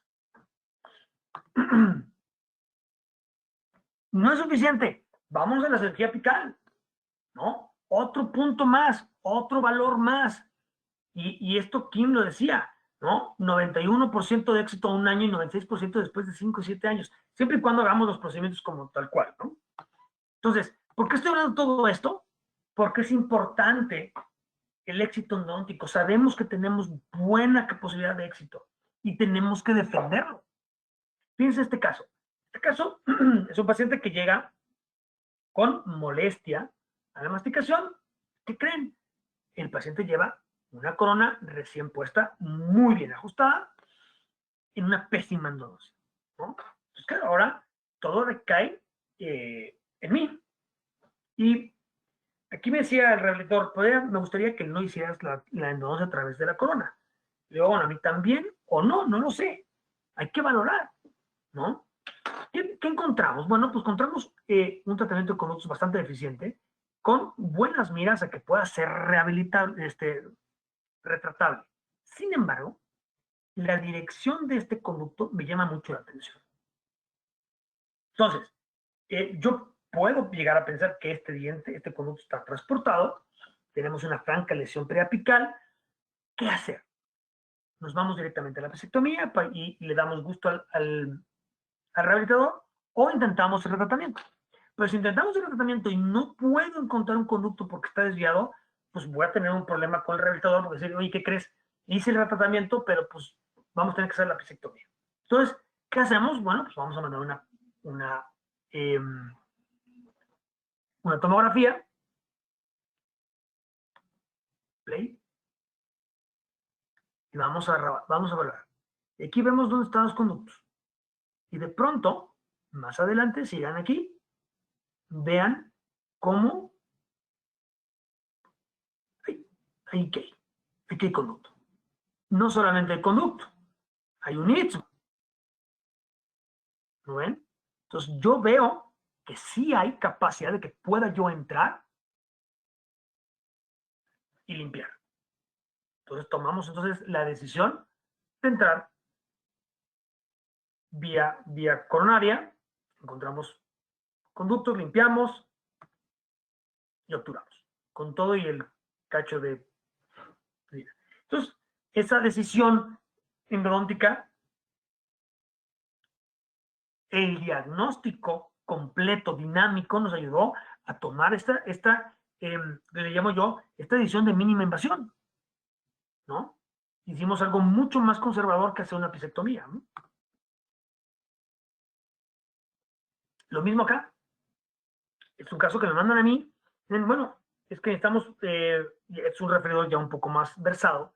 ¿Sabes qué? Quiero ponerle una corona a este diente, es un 7 superior, pero pues yo no veo, a mí no me respondió el diente, ¿no? No me respondió y no veo conductos. ¿Qué hacer ahí? ¿Hay sintomatología? No, no hay sintomatología. Hacerle una endodoncia a un diente que no tiene sintomatología solamente porque no se ven los conductos, ¿es viable? Sí, no, toma decisiones. ¿Qué pasa si yo coloco la corona y empieza a molestar? ¿Ahora qué hacemos? Entonces, bueno, la tecnología nos está echando muchísimo la mano. Vamos a la tomografía y en la tomografía vemos esto, sobre la raíz palatina. ¿Ok? Pero no solamente vemos eso. Vemos dónde estamos, ¿no? Y yo voy a hacer aquí una pausa antes de tener. Yo cuando llega el paciente conmigo, yo abro el diente, yo intento, ¿no? Si veo que estoy en riesgo de no encontrar conductos o vivirme chueco, cierro, mando tomografía y regreso, ¿no? No voy a, o sea, a mí este asunto de, ya vi la radiografía, pero ahorita no le voy a hacer nada, no me gusta, es una cuestión personal, pero bueno. Entonces, aquí lo que van a ver es justamente eso. Este es el acceso que empecé a hacer yo, pero no llegué a ningún lado, tal cual. Y muy por abajo, casi estaba yo llegando, aquí estaban los conductos. Y aquí está el otro, pero ojo, es un 7 y ven el tamaño de esta raíz. Aquí está el otro. ¿Lo ven? Entonces, sí, por supuesto, utilizar todas las herramientas a nuestro favor es obligatorio, ¿no? En este caso, sabemos que hay conductos, ya los vimos, digo, esa es la parte complicada, ya los vi, ahora hay que encontrarlos, ¿no? Pero bueno, ya estoy seguro que sí los hay y ya estoy seguro que es correcto que yo haga este tratamiento de conductos, ¿no? Entonces, sí es tratable, sí es mantenible y sí restaurable, ¿ok? ¿Vamos bien? Recetas de cocina, ahí les voy. Vamos a ver diagnóstico en un paciente en tratamiento, o sea, es un paciente que viene a diagnosticarse para hacerse rehabilitación. Y en un paciente con dolor. En un paciente con tratamiento, creo que se está atorando aquí un poquito bien. Todos los dientes que van a ser tratados, o sea, que vas a tocar por alguna razón, ya sea resina, corona, onlay, inlay, whatever lay, tendrán que llevar un diagnóstico completo, tanto protésico como periodontal, como endodóntico, ¿no? Y esto no nos lleva más, es más complicado sondear un diente que ponerle frío, ¿no? Ok, el diagnóstico pulpar, lo que vamos a ver en este caso solamente si responde, hiperresponde o no responde al frío, ¿no? Y estoy hablando que esto es lo que yo le recomiendo a mi rehabilitador, a mi práctica general. Tú tienes que ver si responde o no responde. Si responde, ¿cómo responde? ¿Responde igual que los demás? ¿Todos responden igual? Ok, posiblemente estamos bien. ¿Tienes dudas ahí? Mándalo. ¿No responde? Mándalo. ¿Ok? Después, por supuesto, diagnóstico periodontal. Sondea, sí y no. ¿Qué es normal? Tenemos que saber cuál es un sondaje normal. De menos de 3, 3. ¿Se mueve? Sí. ¿Qué tanto? ¿Hay sangrado? Sí. ¿Es inmediato? Entonces hay un problema de gingival. ¿Okay? Vamos a ver radiografía para poder establecer el grado de salud de este diente. ¿Ok? Y, por supuesto, el compromiso que este diente tendrá con el resto de nuestra boca, ¿no? Y entonces ahí lo integramos con el diagnóstico protésico. ¿Cuál es la cantidad de tejido dental remanente? ¿Cuál es su valor protésico? ¿Y qué estética le puedo dar a este diente? ¿No? Siempre y cuando la estética tenga un valor, ¿no? En este caso, este paciente viene buscando función, no viene buscando estética, ¿no? Pero yo tengo que entregar estos 3 puntos aquí. Tengo que saber, ¿este diente se va a quedar? Sí. ¿Cómo está periodontalmente? ¿Cómo está pulparmente? Y lo mismo, cada uno de los dientes que vayamos a tocar. ¿Ok? Ahora, ¿qué pasa cuando el paciente viene con dolor? Es un interrogatorio, es cuidadoso, con una evaluación clínica exhaustiva para encontrar últimos detalles, ¿no? Y siempre, de verdad, este para mí es mi mantra, reproducir el dolor motivo de la consulta. Y si no puedo reproducir el dolor motivo de la consulta, es un gran foco rojo que posiblemente ni siquiera sea un problema dental, ¿no? Y esto es, no me voy a dedicar mucho tiempo, esto nos podría llevar como una hora, ¿no? El encontrar cómo duele el periodonto, cómo duele la pulpa, establecer ese diagnóstico y esa interacción con el paciente. Yo no puedo llegar solamente a hacer pruebas, tengo que explicarle al paciente. Hay dos tipos de dolor. El dolor de esto que es masticación, percusión, palpación, sondeo, eso es tu hueso, es el ligamento, es la encía. Frío, calor, dulce, es el nervio del diente. ¿No? Que muchas veces el paciente, es que sí, es el diente que me hicieron la náusea, me duele con el frío. No, no puede ser. Pero él no sabe. Yo tengo que enseñarle, tengo que el paciente tengo que saber y él aprenda para que él tome sus propias decisiones y me ayude. Si él sabe y yo sé, vamos a llegar mucho más rápido a mejor decisión. Me ha pasado a ese paciente decir, no, pues doctor, bajo lo que usted me está diciendo, pues no puede ser ninguno, porque no me está doliendo como no estoy pudiendo reproducirlo. ¿Me explico? Vean este caso. En este caso me lo mandan a mí, porque el clásico de duele, mándaselo a paz. ¿No? En este caso, el diente duele en la masticación. ¿Ok? Hago pruebas de sensibilidad y el diente responde al frío. Y responde bien al frío. Responde sano igual que los otros dientes. Ok. En principio, ya tengo un gran diagnóstico. Este problema no es endodóntico, pero duele al masticar. Y hay ligero sondeo en interproximal y en vestibular. Muy ligero. Estamos hablando de 4 o 5. Puede ser un problema periodontal. Ok. Diagnóstico dinámico. Vamos a quitar restauración, vamos a quitar caries y tejidos sin soporte. Y entonces valoramos qué va a pasar con ese diente. Un 7. Mira, me estoy adelantando. ¿Cuál es la causa? ¿Por qué está doliendo? ¿Ok? Entonces, quitamos. Y en el momento que yo quité la amalgama, esta cúspide se empezó a mover. Digo, entonces ahí el problema, por eso estaba sondeando aquí y estaba sondeando acá. Retiramos entonces el tejido sin soporte y vemos que nos queda. Y en este caso, pues queda bastante su estructura.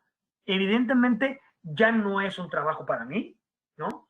Mi trabajo termina en el diagnóstico diciendo, ok, esto es lo que tiene, pues traía una cúspide, una fractura de cúspide, se removió la cúspide, está restaurable a este nivel, pues si hay, y ahí es donde ya no entro yo a este nivel, entrará el rehabilitador, dirá, es restaurable, cuál es su valor protésico, sí, no, qué conlleva hacer esto, y posiblemente, no fue el caso, por la destrucción, de que me lo hubieran regresado para decir, ¿sabes qué? Necesito carácter de 11 para poder colocar un poste, por ejemplo.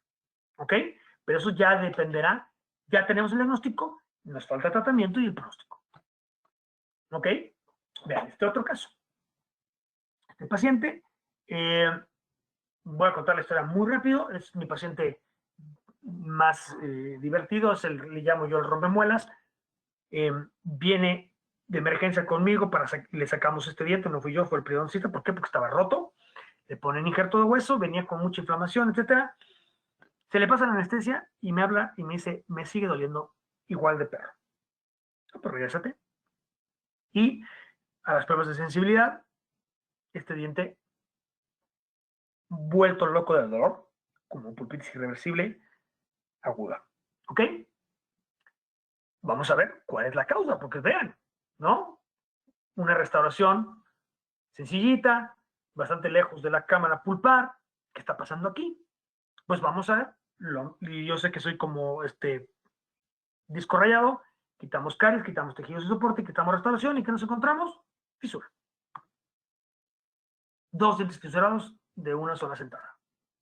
Y los dientes fisurados que van, como este caso, de lado a lado, tienen un pronóstico muy malo. No lo digo yo, no me hagan caso a mí, lo dice la literatura, el pronóstico es muy malo.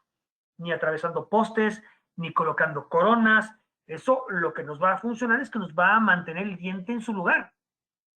Pero las líneas de fisura, si corren, va a haber migración bacteriana a través de esas fisuras, y tarde o temprano van a tener una pérdida de estructura ósea que va a ser más complicada que mantener el diente.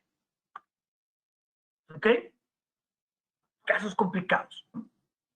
La mayoría de las veces, esos casos dicen que este diente va para afuera, vean, radiográficamente, ¿no? Y acostumbramos tomar esas decisiones radiográficas. Decir, bueno, pues es que este diente trae una lesión muy grande, yo creo que esto ya no es restaurable. Bye.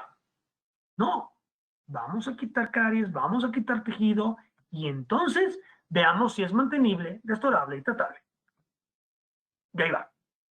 Y fíjense, no sé si soy el único, pero una vez que le quité todo, ya lo veo con mejores ojos.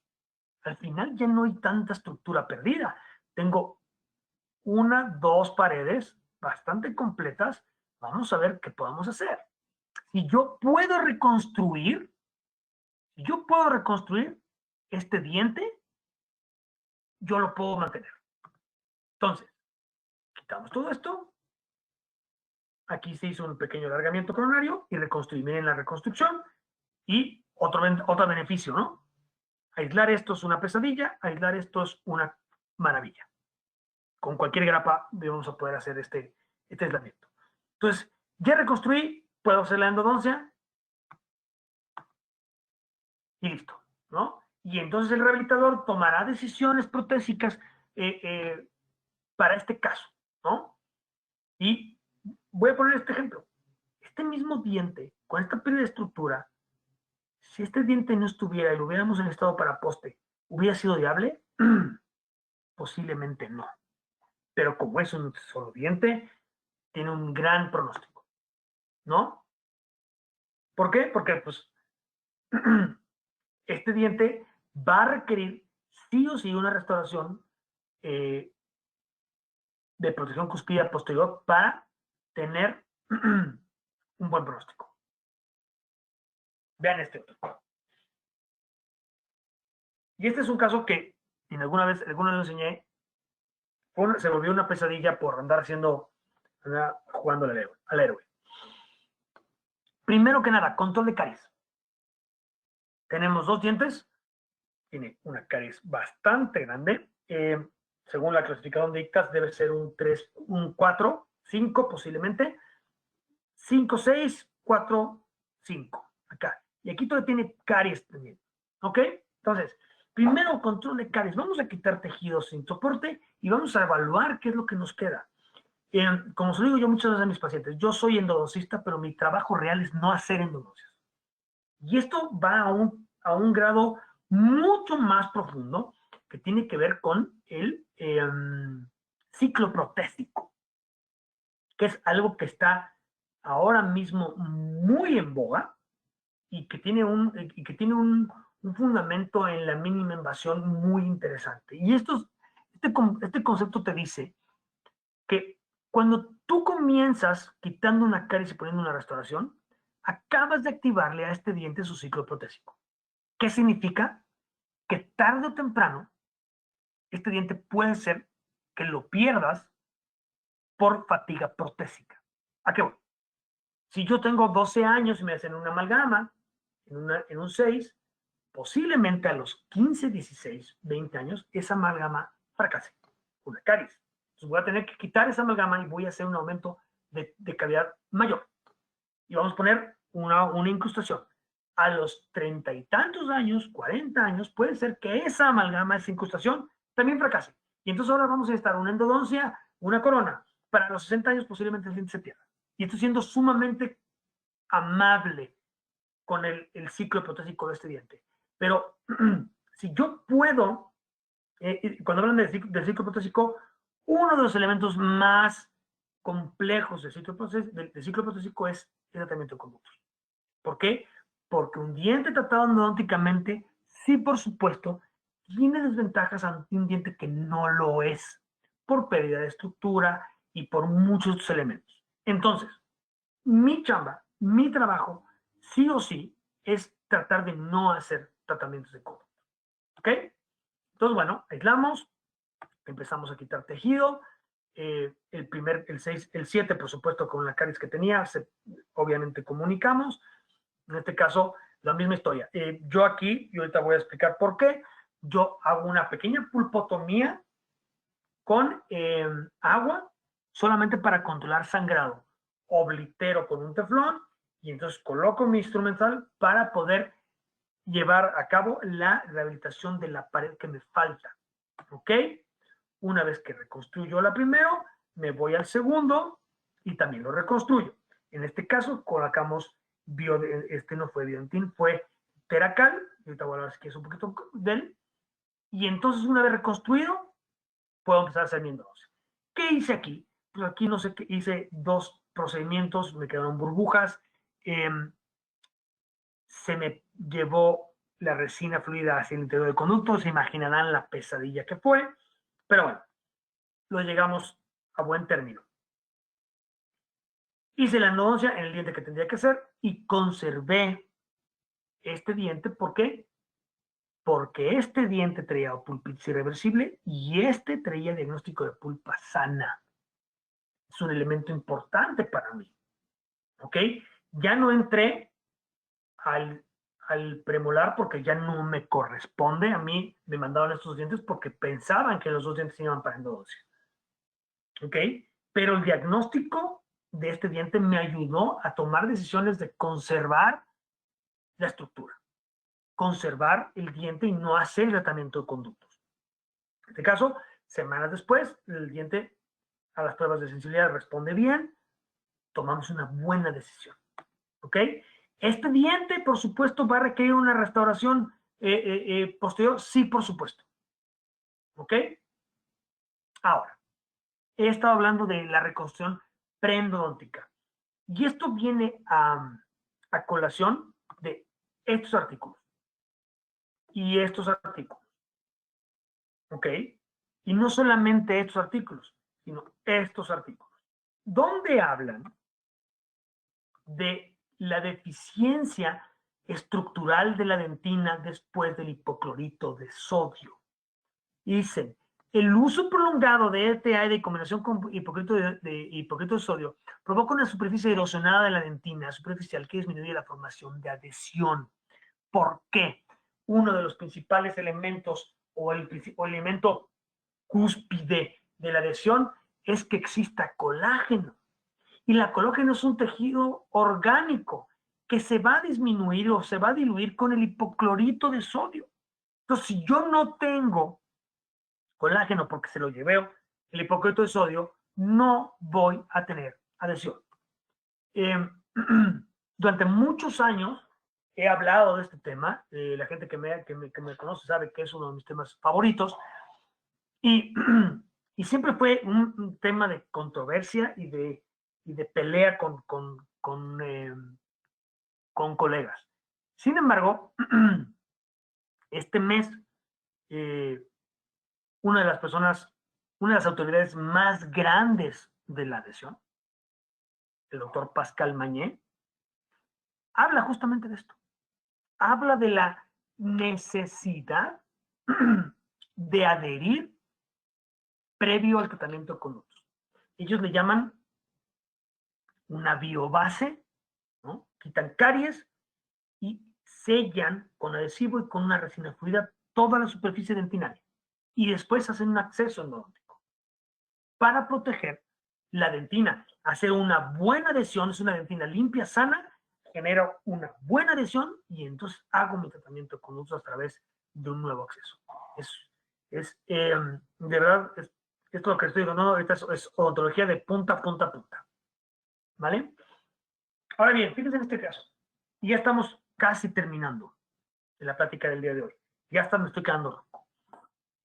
este caso trae una caries relativamente grande.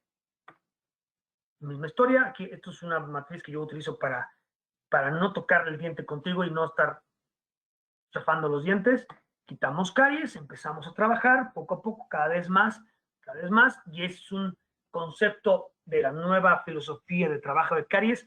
Y no tengo aquí el artículo porque no voy a hablar ahorita de caries profunda, pero cuando hablamos de caries profunda, el nuevo consenso de tratamiento de caries profunda te dice que prácticamente el hecho de quitar la totalidad de la caries podría ya el día de hoy considerarse como una iatrogenia. No voy a hablar mucho más, todavía no estoy muy claro si estoy de acuerdo con ese concepto o no, pero es conceptos de mínima invasión en el trabajo de caries profunda. En este caso, fui quitando y comuniqué. Esta fotografía ya había comunicado, puse teflón, reconstruí la pared y ahora vamos a ver qué vamos a hacer con esto, ¿no? Y esto, hemos escuchado los artículos, hemos visto todos los videos del doctor Ricucci de la comunicación directa y cómo controlar el sangrado, etcétera. En este caso, coloqué Biodentin. Y fíjense, esta parte es muy interesante. Coloqué algodón y careta y lo dejé ir una semana. ¿Por qué? Porque tenemos que establecer una relación real endoperio-prosto. Entonces, yo sé que el Biodentin tiene un fraguado inicial de 12 milímetros, de 12 minutos, donde ya puede haber una estructura bastante rígida. Sin embargo, los artículos que hablan de adhesión sobre estos tipos de materiales dicen que es, para empezar, muy pobre. Entonces, es muy pobre, pero si no dejamos que haya un fraguado total del material, lo vamos a lastimar con los procesos adhesivos, ¿no? Los artículos, este es uno de ellos, hay bastantes ya, donde hablan que no se trata igual un MTA para adherir que un Biodentin o que un Teracal. El Teracal a mí me gusta mucho solamente como recubrimiento indirecto porque tiene polímeros que ayudan a que endurezca y tiene mayor afinidad con la adhesión posterior. El Biodentin y el MTA no lo tienen. Pero sí es importante que entendamos esto. Tenemos que colocar estos materiales exclusivamente en la zona de interés. Por ejemplo, aquí, ¿no? Muchas veces he escuchado a colegas que dicen, bueno, pues es que el Biodentin es un montón, entonces ya lo relleno todo. No, el Biodentin no se adhiere. Y volvamos, y con eso estoy terminando mi plática, al fin último de lo que estamos haciendo es restaurativo. Si yo coloco todo Biodentin o todo MTA, estoy restando habilidades adhesivas y por lo tanto voy a poder tener fallas protésicas por falta de adhesión. Entonces, es importante que coloquemos el medicamento o el material indispensable para que las cosas funcionen. No soy yo el indicado para decirle bien este tema, si está por aquí o no. Si la conocen, hablen con la doctora Edel Elim. Ella, lo que debe saber acerca de esto, ¿no? Y esto es 2 años después. Me encanta este caso específico porque aparte le puedo dar un buen seguimiento porque es mi prima. Y cada vez que viene a su limpieza, a su revisión, yo coloco frío en el diente y el diente responde de forma normal, igual que responde el canino, igual que responde el molar, digo, el otro premolar. Entonces, para mí, este es un caso de control de mucho éxito. ¿Ok? Entonces, y para terminar esta plática, integrar el pronóstico y tratamiento al diagnóstico inicial es fundamental para todos nosotros. Yo tengo que tener, aunque no soy yo el que lo voy a rehabilitar, tengo que tener ese conocimiento necesario para poder determinar si es viable o no es viable este diente. ¿Ok?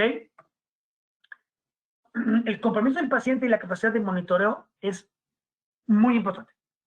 Es muy difícil, pero es muy importante. antes de tomar este último highlight, quiero que vean este caso. Este caso me llegó hace muchos años. Hoy hubiera hecho algo, hoy se hubiera intentado hacer algo. El paciente le pusieron una muy buena corona y quisieron ser muy novedosos y pusieron un poste de circonio. Lo que hizo este simple hecho fue el que condenó a este diente a extracción, ¿no? Porque hicieron una endodoncia pobre y generó este proceso, el paciente venía con dolor, me lo mandan y me dicen, oye, ¿se puede hacer algo? No, no se puede hacer nada, es un 7, el dentario estaba aquí abajo, estaba muy complicado hacer un tratamiento quirúrgico. Hoy en día posiblemente hubiéramos hecho una extracción, un reimplante intencional, no sé, cualquier otra cosa, pero el punto es, tenemos que ver que el material de selección de la restauración sea viable, ¿no? Había una premisa, por lo menos lo había cuando yo estudiaba, que decía que todo el material que entra a conducto tiene que ser o tiene que tener la capacidad de ser retirable de conducto. Entonces, un poste de circonio no lo es, ¿vale? Entonces, siempre llévense esto en mente, creo que esto es la parte más importante. Tenemos que evaluar que el diente sea restaurable, mantenible y tratable. ¿Ok? Como en este caso, ¿no? Aquí estoy exponiendo bien mi margen, tengo buena estructura, creo que este diente es mantenible y tratable, y posiblemente ni siquiera es tratable endodonticamente, ¿no? Siempre hay que quitar caries, tejidos y soporte y restauración. Esa triada es fundamental, ¿ok? Y después, no hablé de esto el día de hoy, pero creo que es algo que lo tenía que mencionar. Todos los dientes tratados endodonticamente de segmento posterior, por el momento y hasta el día de hoy, deben de llevar protección cúspide. Muchísimas gracias por el tiempo, su atención. Creo que me estoy colgando un poquito de tiempo. Aquí están mis redes sociales, por si alguien tiene alguna duda extra, lo que sea, pues yo encantado de la vida. Muchas gracias a la asociación por esta oportunidad. Y pues si hay preguntas, encantado de la vida.